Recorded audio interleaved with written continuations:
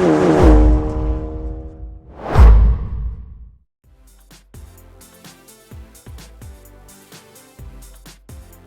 going on, everybody, and welcome back to another Mr. McGuinty's How-To Guides. I'm your host, P. McG, and today we're here to install another fantastic product by COBB Tuning, Sport Springs for the Subaru Impreza WRX and WRX STIs. Here's 2008 onward. We have a lot of work to do, so let's get to it.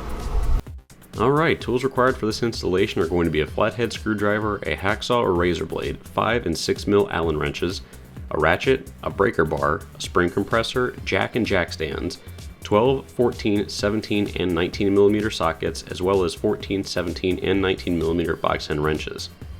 While the car is still on the ground, it'd be a good idea to break the lug nuts loose using the 19 mil socket and the breaker bar.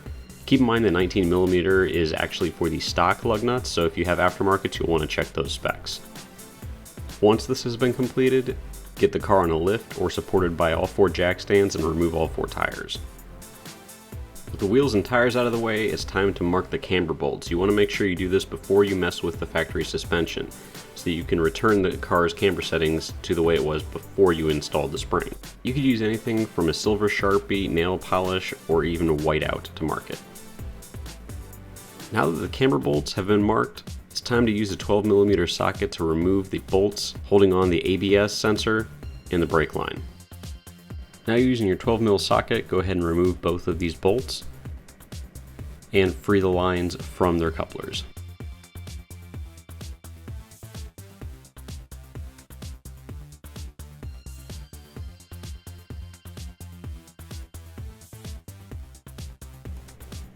Now using a 19 mil socket and 19 mil open-ended wrench, as well as a breaker bar, remove the 2 bolts attaching the strut to the hub.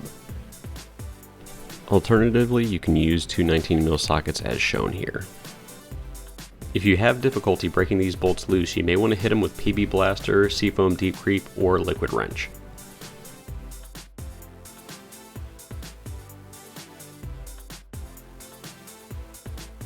Now that the bolts have been loosened, you should be able to go back and unspin and remove them by hand. Now using your 12 mil socket, remove these 3 bolts holding the strut top to the chassis.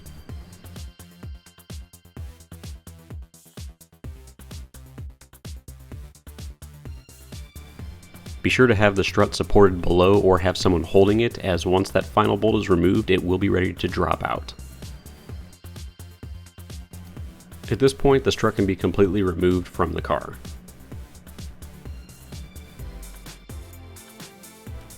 Be sure to watch out for your ABS sensor and brake lines when you're wiggling it out. You'll want to repeat these steps for the opposite side of the car as well. Now with the strut out of the car, make sure to mark the relation of the upper and lower spring perch. If the orientation is not the same during installation, you may run into an issue with the upper spring perch contacting the chassis while you're turning. Now using your flathead screwdriver, pop the center cap off of the top hat so you can access the 17 millimeter nut. Now it's time to place the strut in a spring compressor or similar device and compress the spring until it relieves tension from the upper spring perch. While compressed, remove the 17 mil nut from the center of the top hat. If you don't have high-speed air tools, you may need to use a 6 mil Allen wrench inserted into the top of the strut shaft to prevent it from spinning, while using a 17 millimeter boxed end wrench to loosen and remove the nut.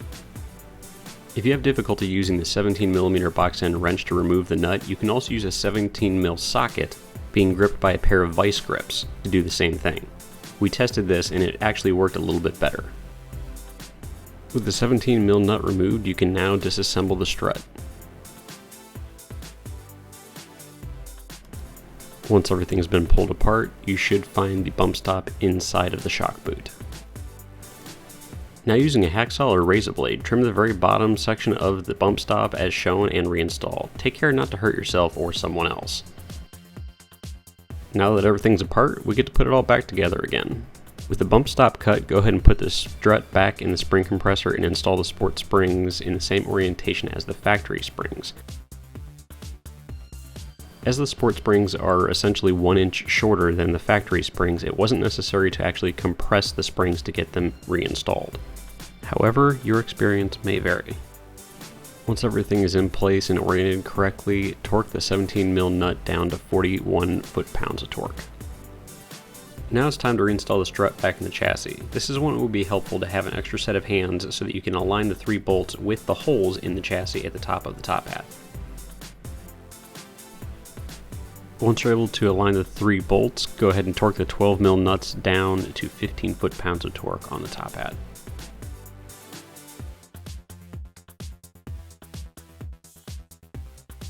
Okay, now that the top is secure, go ahead and reinstall the 2 19mm bolts that hold the strut to the hub.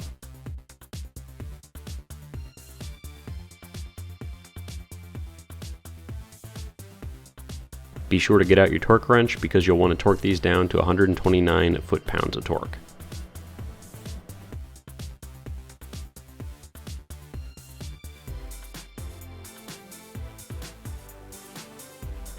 Now for the final step of the front suspension installation, go ahead and torque the 2 12mm bolts down to 24 foot-pounds of torque for the ABS wire and brake line.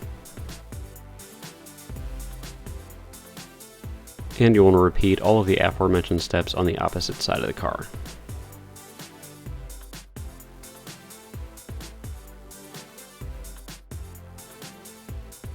Once you have everything back in place and torqued down to spec, it's time to move on to the rear of the vehicle. Now moving to the rear of the vehicle, go ahead and open the trunk and pull out the carpet. To access the rear bolts on the rear of the suspension, you may need to pull out some of the under tray from the trunk. To do so, just use a flathead screwdriver to pop up the clips and pull part of the tray out.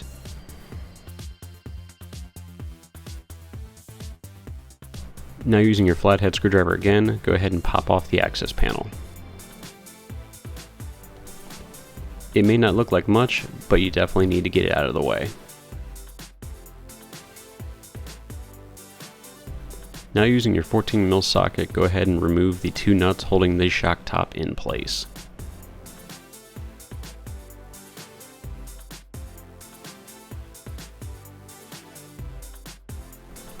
Now moving under the vehicle, use a 17mm socket and 17mm open-ended wrench or 2 17mm sockets to remove the 2 bolts holding the shock to the lower control arm and the lower control arm to the hub.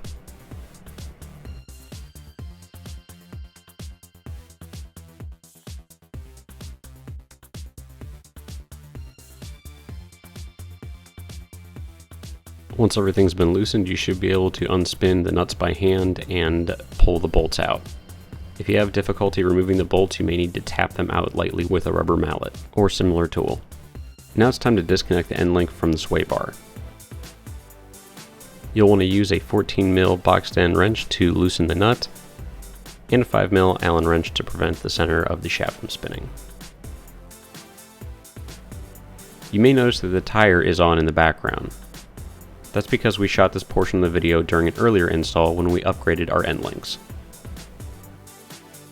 Now it's time to pull down on the lower control arm and pull the shock up and out. This is when it's helpful to have an extra set of hands. If you experience issues getting it out of the lower control arm, you may need to tap it lightly with something such as a wooden block or a rubber mallet to move it farther down the lower control arm.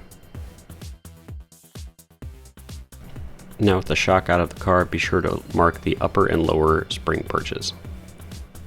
Though this shows the front strut assembly, the process is the same for the springs in the rear of the vehicle. Now it's time to place the strut in a spring compressor or similar device and compress the spring until it relieves tension from the upper spring perch. While compressed, use a 14mm socket to remove the nut from the top of the top hat.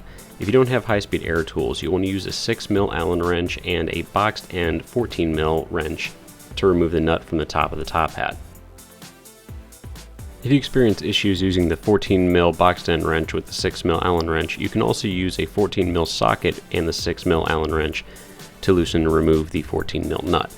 We tested this and it actually worked a little bit better. With the 14mm nut removed, you can now disassemble the strut.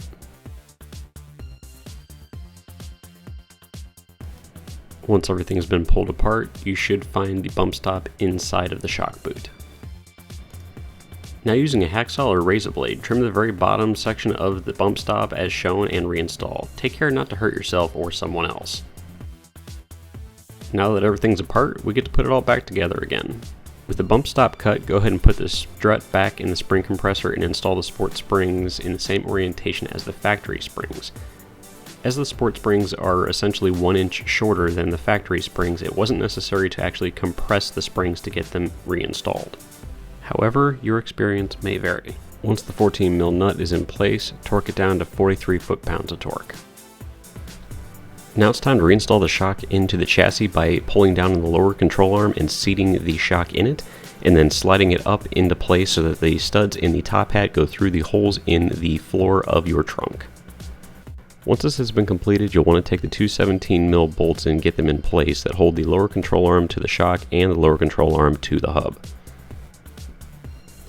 Now with the lower control arm in place, you can go ahead and thread on and loosely install the 17mm bolts holding the lower control arm to the shock and the lower control arm to the hub.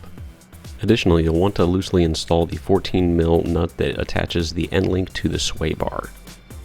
Once these bolts have been loosely installed, the wheels need to be reinstalled and torqued to spec. Check your owner's manual for proper torque specifications.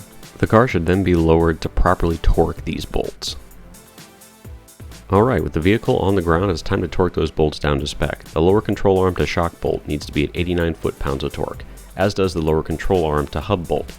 The lower control arm to sway bar bolt needs to be at 34 foot-pounds of torque, as does the sway bar to end link bolt. Also be sure to remember that once the car is put back together and you are ready to get on the road, you will also need to get the car professionally aligned. Finally, it's time to tighten down the two 14mm nuts holding the shock top hat to the chassis. You'll want to tighten these down to 22 foot-pounds of torque. Reinstall your interior trim pieces and carpet and you're finished. This concludes our tutorial, but we highly suggest you stick around for the post-installation product review. Okay, this product got high marks in the following categories. Direct OEM replacement. It's great that you can keep your factory shocks and struts with these springs. For a little bit of vanity, the car looks a lot more aggressive than it did with the factory springs. Now for the performance aspect, the reduction in body roll, squat on acceleration, and nosedive on braking equals obscenely better handling overall. And as usual, the quality of construction and the price is absolutely perfect. Don't forget to stop by www.cobbtuning.com for other great products by Cobb. And finally, don't forget to stop by and check us out on YouTube. Take it easy everybody, and we'll see you next install.